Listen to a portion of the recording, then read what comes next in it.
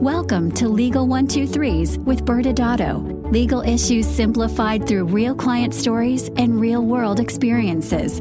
Creating simplicity in 3, 2, 1. Welcome back to Legal 123s with ByrdAdatto. I'm your host, ByrdAdatto, with my co-host, Michael Byrd. As a business and healthcare law firm, we meet a lot of interesting people and learn their amazing stories. This season, we're entering the fancier season of a business, Brad. Ooh. We're in the buying and selling season. Yeah, and those who are hearing this for the very first time, Michael, that's just one of 4 seasons. What are the other ones? Yeah, we have the building season, starting a business, the operating season, running a business, the scaling season, growing a business, and then where we are now, buying and selling. Awesome. All right, you're up to bat. What do you got for me today? Do you remember the movie There's Something About Mary? First, so proud of you, Michael, for really bringing in at the beginning of the show movie talk. I approve. Second, I've seen that movie so many times in college, and I probably could mute it and do most of the movie with and do most of the quotes. Same.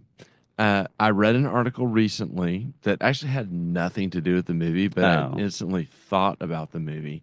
It made me remember the scene where Ben Stiller had picked up a hitchhiker. Yes, and he was carrying a bag that was clearly a dead person. Yes. And that had been the whole setup of the movie about how hitchhikers were serial killers. Yeah, and the car ride started to take a turn when the hitchhiker had shared his business idea. And the whole premise was based on a personal workout video called 8-Minute Abs. And his business plan was to create a video called 7-Minute Abs. Right. Yeah, it was a great scene as the hitchhiker talks to him about the 6-minute abs and tells him it should be 7-minute abs. And because as the 7 key number here, that'd be, and he starts going through 7-Eleven, 7 Dwarves, 7 Men. He goes on and on about the number 7. What movie or business article did you read that has to do with this? As I said, it had nothing to do with it, but Okay. I guess the number made me think of it. I don't know. But it struck me when I was reading about a country that's trying to do the opposite of trends in workplace culture. I read an article that Greece recently made a bold move by introducing a 6-day work week for certain businesses. Yeah, I read that too, and I'm sure all our employees are hoping that we don't get any new ideas. Yeah. I mean, hold on. Kennedy's nodding. I can see. Oh. We have 1 vote so far, not 6-day. Okay. Oh, okay. Well, the rules are in place to try to boost the Greek economy. It extends the typical 40-hour work week to 48 hours for private businesses that provide around-the-clock services. All right. Well, how are the Greek workers responding? It's not as big a change as you would think. This actually surprised me. Of course, the labor unions are up in arms, but the Greek workers already log more hours than basically any other country, all the other EU nations, and more than kind of the traditionally recognized overworked Japan and United States. Yeah. Okay, really, that's a crazy shift. Do you think it has? Do you think it's something that we'll ever see happen here in the States? According to the article, almost 1/3 of U.S. businesses are considering cutting their work week down from the traditional 40-hour week. So I think there's a lot of momentum going the opposite direction. I don't see it reversing. Yeah, and I'm sitting here thinking about all those professionals in the M&A world who like basically work 8 days a week. Mm-hmm. Yeah. So they might like this. It might give them like a vacation. Yeah, it'd be like their version of a 4-day work week. Yes. Yeah. Well, it's funny you say this because I actually also read an article last week about the big Wall Street banks, and they're trying to manage the kind of burnout factor of their 8-day work week basically, and implement rules to manage their schedules. And I didn't realize this. Many of the banks already have a safe period. I'm putting this in quotes, where an employee cannot be forced to work.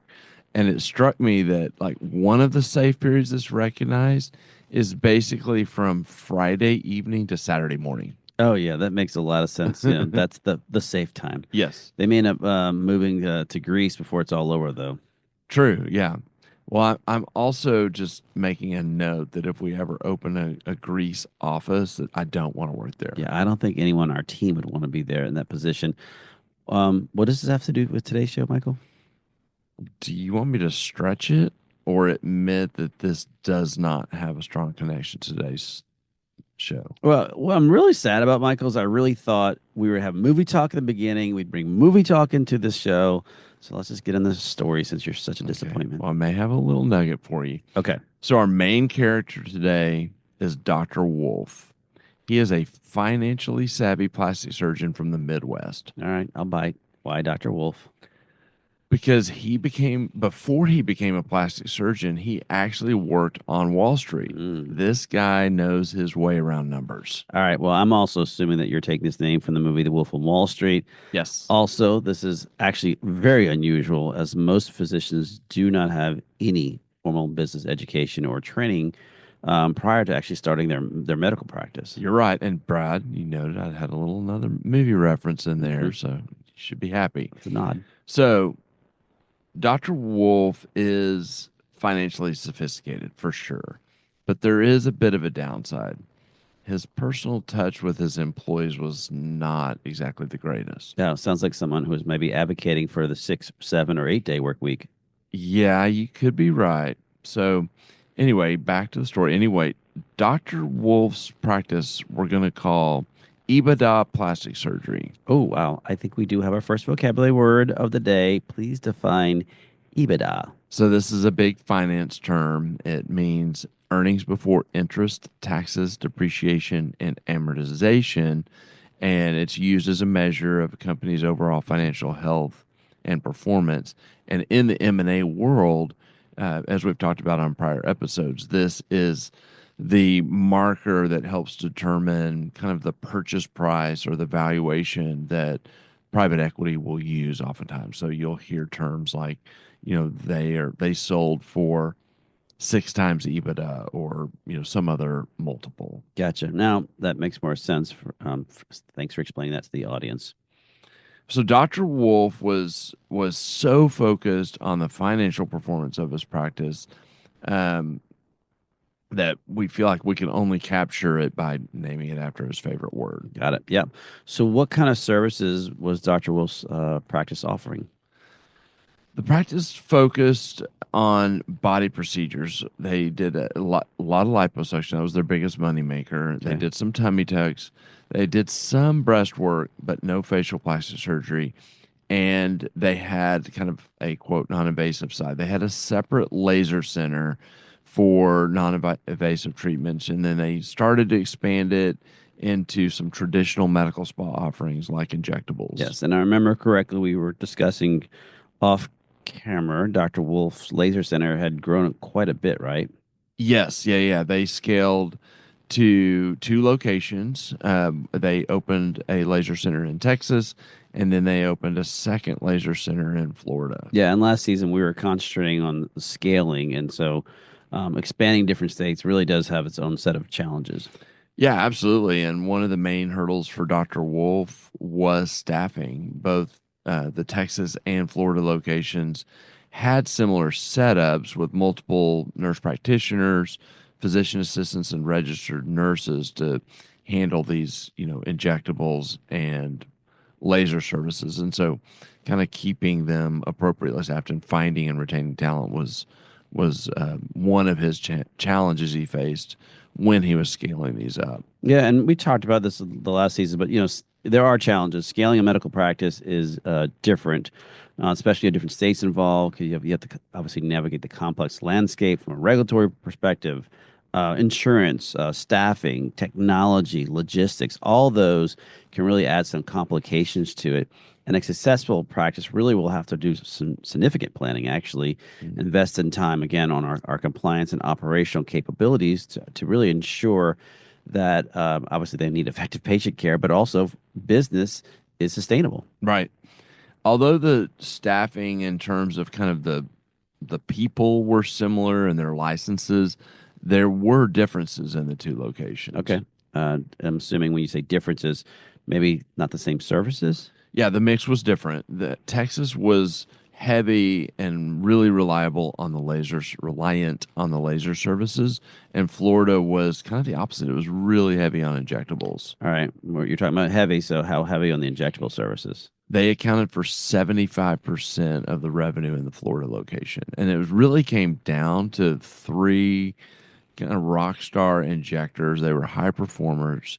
And from a, everyday perspective, Dr. Wolf loved that. Yeah, well, that's a really high proportion of your practice then. Yeah. And did I mention their names? I can't. No, you did not. Okay. Yeah. We have Nurse Kardashian, Mm. Miss Jenner, Mm. and Nurse Hilton. Yeah, I know we've used Miss Kardashian as a character name in other podcasts before. I'm guessing these other individuals maybe have a very large presence on MySpace or those other socials out there. Yeah, I don't know that they're big into MySpace, Brad. I know Okay. that's your big channel, but yes, they were social. They had big followings on social media. Gotcha. These injectors, as I said, they were the bread and butter of the Florida clinic.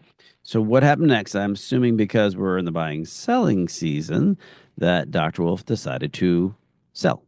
Way to use your context clues, Brad. You're welcome. We're in the buying and selling season. Yes. He's named Dr. Wolf, Mhm. EBITDA Plastic Surgery.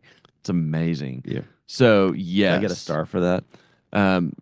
Kennedy, please give Brad a half of a star. Oh. Because he only mentioned the season. He didn't mention the names as his context clues. But yeah, I'll reserve the other half for you later, maybe. Dr. Wolf decided it was time to go to market. He brought in an old finance buddy, and we're going to call him Mr. Swagger, to help him with the sale. I was hoping when you started swag, I was hoping like Schwarzenegger, but Swagger, okay. Why the name? Can you please give me back that half star? And so Mr. Swagger had zero experience selling medical practice, Brad.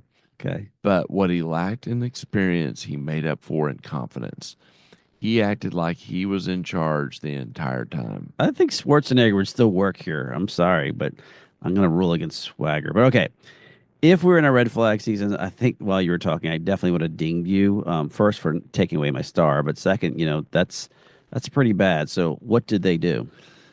So Mr. Swagger, to be fair, was really smart with numbers, just like his old buddy, Dr. Wolf. They did make a few mistakes. They didn't hire counsel at first, so they just kind of were focused solely on the business, focused on the numbers.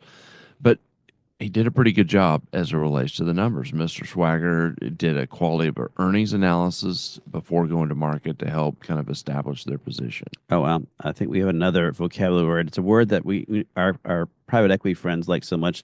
I think they have tattooed Q of E on their biceps. So what does that mean? Yeah, so it often, well, basically what it is it's an audit to make sure kind of the reported earnings of a company are accurate and sustainable. They're really taking a deep dive into the financials and trying to clean it up for any one-time events or unusual events.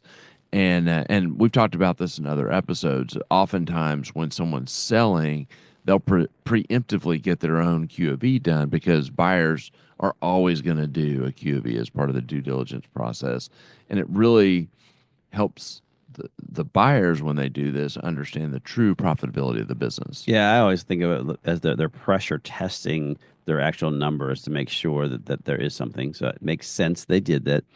So how did the sale go? Well, they found a buyer, Brad, and Dr. Wolf signed an LOI, and you're gonna. This is not a mistake. He signed it for a valuation of 9 times EBITDA, which is a really big number, and I'm sure that Mr. Swagger had a little extra pep in his step when they got that signed LOI. I'm sure he did. That's an interesting number. And I'll say this for those hearing it, why Michael's, voice raised when he said 9 times. The sale of medical practice, typically, they generate buyers. There's a lot of factors that go into this. Obviously, we were talking about pressure testing their financials. And we were discussing, selling multiple locations. That's also a factor. But in this case, what we normally see is somewhere between 5 to 10 times EBITDA.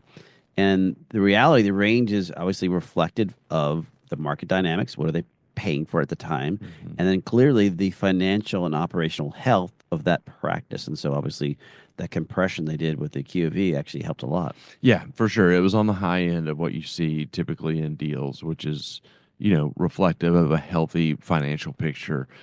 So what's interesting, Brad, is that, as I said, they didn't have counsel involved early on.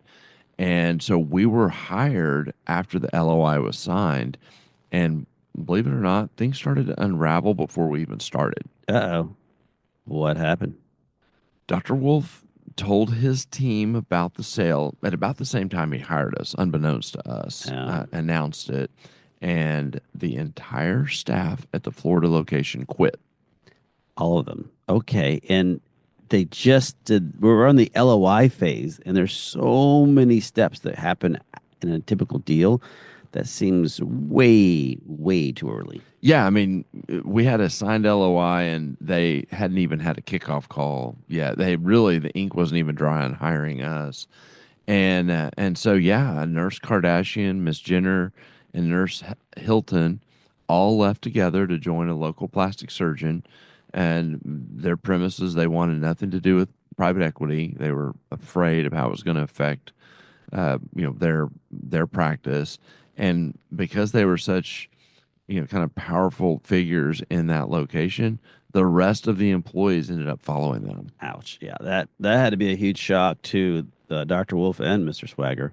Yeah, and probably not surprising, 2 weeks later, the deal collapsed. Michael, we've got a bleeder. Oh, way to bring something about Mary back in. You're welcome. All right, give that star back to Brad. I think this is a great spot to pause for a quick commercial break. When we return, we can dive into the legal implications of what went wrong. Many business owners use legal counsel as a last resort rather than as a proactive tool that can further their success. Why? For most, it's the fear of unknown legal costs. ByrdAdatto's Access Plus program makes it possible for you to get the ongoing legal assistance you need for one predictable monthly fee. That gives you unlimited phone and email access to the legal team, so you can receive feedback on legal concerns as they arise. Access Plus, a smarter, simpler way to access legal services. Find out more. Visit ByrdAdatto.com today. Welcome back to Legal 123s with ByrdAdatto. I'm your host, ByrdAdatto, with my co-host, Michael Byrd. Now, Michael, for those not listening, this season our theme is buying and selling a business. And we're talking about stories and client problems that happen in the buying and selling season.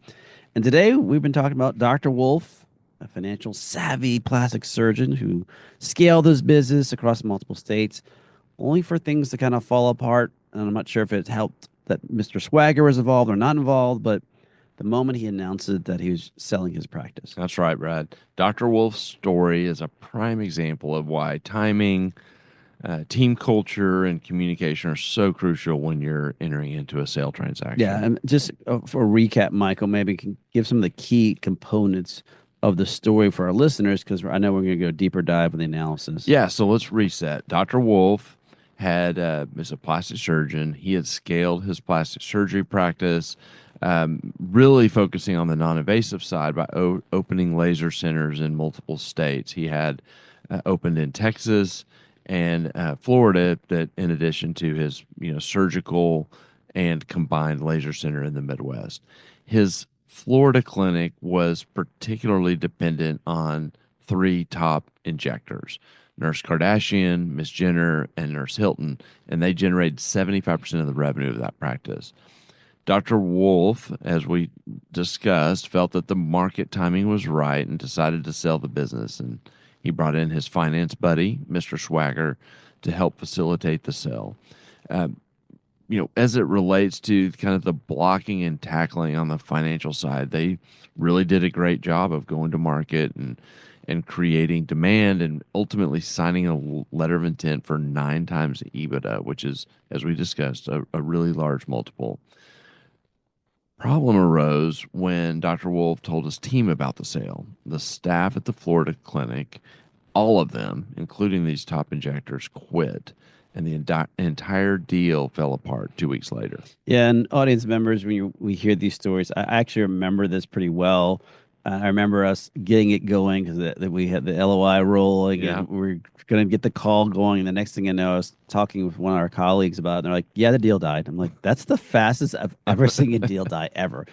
And obviously, it's a significant turn of events that happened here, underscoring how critical is in each phase. And we've talked about phases and other ones, but it's critical to our listeners is the importance of understanding your team and culture, especially when entering to a sales transaction. So, Michael, let's dive deeper into that. Why is a team so critical to a deal? Yeah, Brad. I mean, the team is the lifeblood of any business, and especially in the service industries like healthcare. I mean, they are the ones creating the revenue, and Hmm. so buyers are not buying the name or a building. They're buying the production, the expertise, the relationships, and of course the operations of that location that the team delivers. And so continuity of staff is a huge factor in the buyer's decision to move forward with the transaction. If key personnel leave, especially high revenue generators like the ones in our story, the value of the deal can evaporate overnight or just make the whole deal go away. Yeah, and that's right. And I think many sellers underestimate how much trust they have to have built, not just Right. between the buyer and the seller, but between the seller and their actual team. And employees, they need to feel secure about their future, and if they're going to be, if they're going to stick around post closing, that's going to help kind of get them there. So, what are your thoughts on why the team culture is also important to the buyer?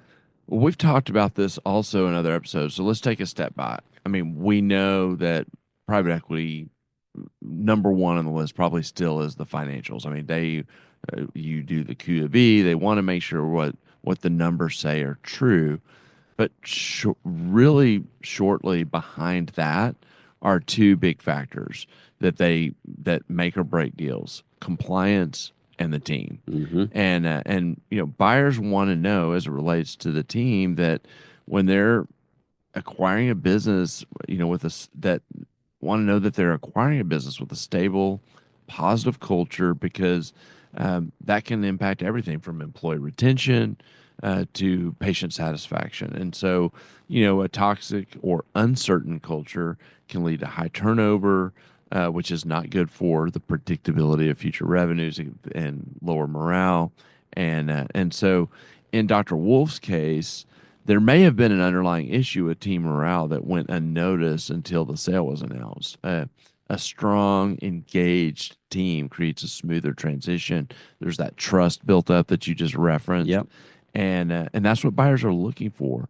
They want the practice to keep performing at the same level at a minimum, and they're actually expecting and projecting it to be better after the Yeah, transaction. totally agree. The on that piece, it's a huge issue, and it leads to another important topic that every employee loves us to talk about, and every employer loves us to talk about: non-competes. Now, Michael, do you know if Dr. Wolf's Florida location had non-competes in place? Well, unfortunately, Brad, the answer is no. There were no non competes for the injectors at the Florida location, which meant they were free to leave and take their talents and their patients elsewhere. That statement reminds me of LeBron James quote when he was leaving Cleveland the first time. I'm going to take my talents to South Beach. So I guess they maybe did the same thing. It's a tough lesson to learn. I mean, non-competes can be critical tool in transitions like this and transactions like this. If Dr. Wolf had, non-compete in place, his injectors would not have had the ability just to walk away and freely join, a competitor down the street, down the block, or, as easily. Yeah, exactly. Non competes are designed to protect the buyer and the seller by preventing these key employees from jumping ship and then, of course, taking the business with them. In M&A transactions, non-competes can also help kind of retain value in the business post sale because it ensures the buyer isn't left kind of holding the bag or taking on the risk that the employees will leave. They have some level of legal protection. Yeah, and you know, as of this date, while we're recording, there's probably going to be some questions. Well, I heard the FTC get rid of it. There is no more non-competes. That's not actually exactly correct. So, for those not familiar, the Federal Trade Commission, its job is to enforce federal competition and consumer protection laws to protect or to prevent anti-competitive, deceptive, and unfair business practices. So, taking a step back, in January of 2023, they published this rule that basically says that non-competes are anti-competitive, basically.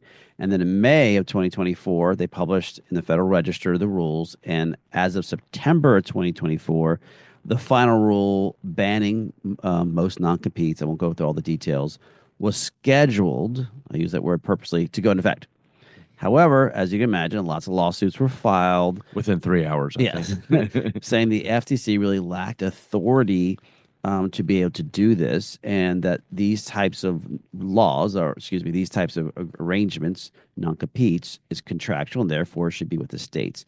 So there's a case called Ryan LLC versus the Federal Trade Commission.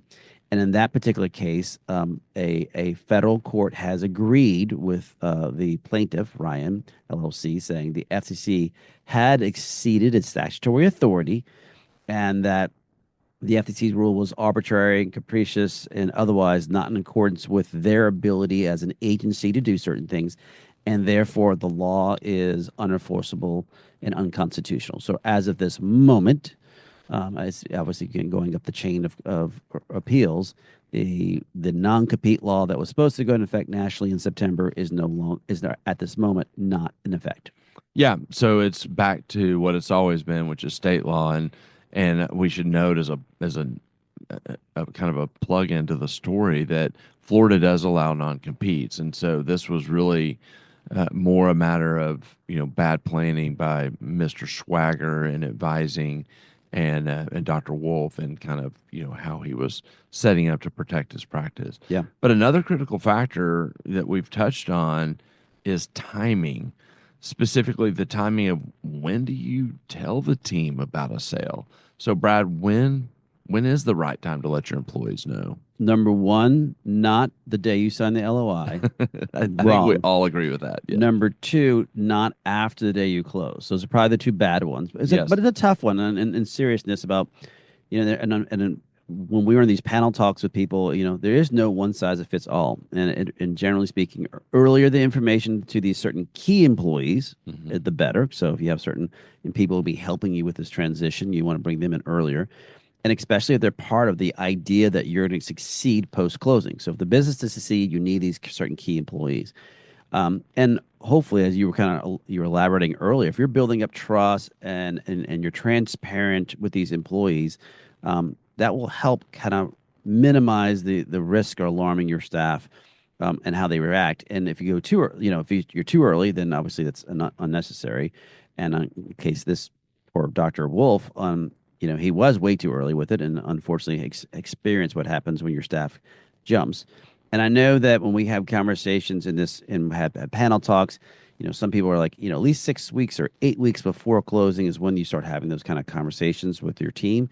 I know of people who've done it much earlier, but again, it has to do with that transparency and the trust that you've built up your team.